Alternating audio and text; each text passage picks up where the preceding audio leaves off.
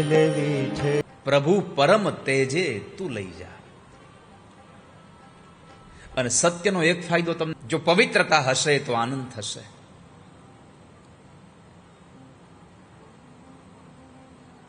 આ સંસારના લોકો દયાહીન બની ગયા છે. આ સંસારના લોકોએ દાન આપવાનું બંધ કરી દીધું છે.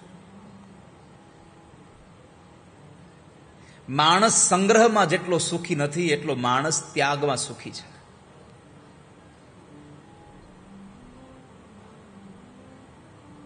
પણ આપણને તો જેમ ભેગું થાય એમ મજા આવે. યાદ રાખજો, સંગ્રહ કરી કાયમના માટે નીચે રહે છે અને ત્યાગ કરી હંમેશના માટે ઉપર રહે છે. આકાશમાં વાદળાઓ જુઓ, પાણીના ભર્યા છે.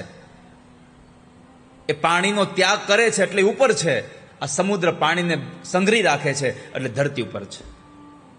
આ સંસારમાં જેટલા લોકો ત્યાગે છે એ ઉપર જતા જાય છે, અને જેટલા લોકો સંગ્રહ કરતા જાય છે એ નીચે રહેતા જાય છે. માણસ ત્યાગે, અને ત્યાગ વગર તમને કશું પ્રાપ્ત નહીં થાય. આપણી કહેવત છે, ત્યાગે સો આગે.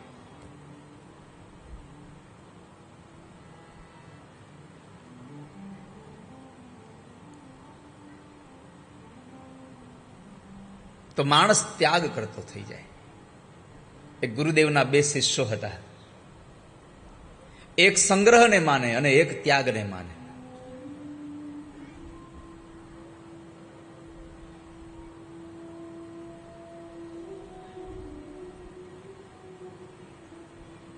એમાં એક વખતના સમયે બંને શિષ્યોને નદીના સામે કિનારે કહે છે.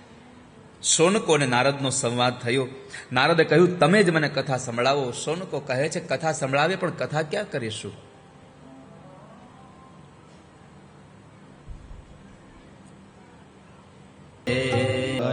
की जय, भागवत भगवान की जय, आज के आनंद की जय.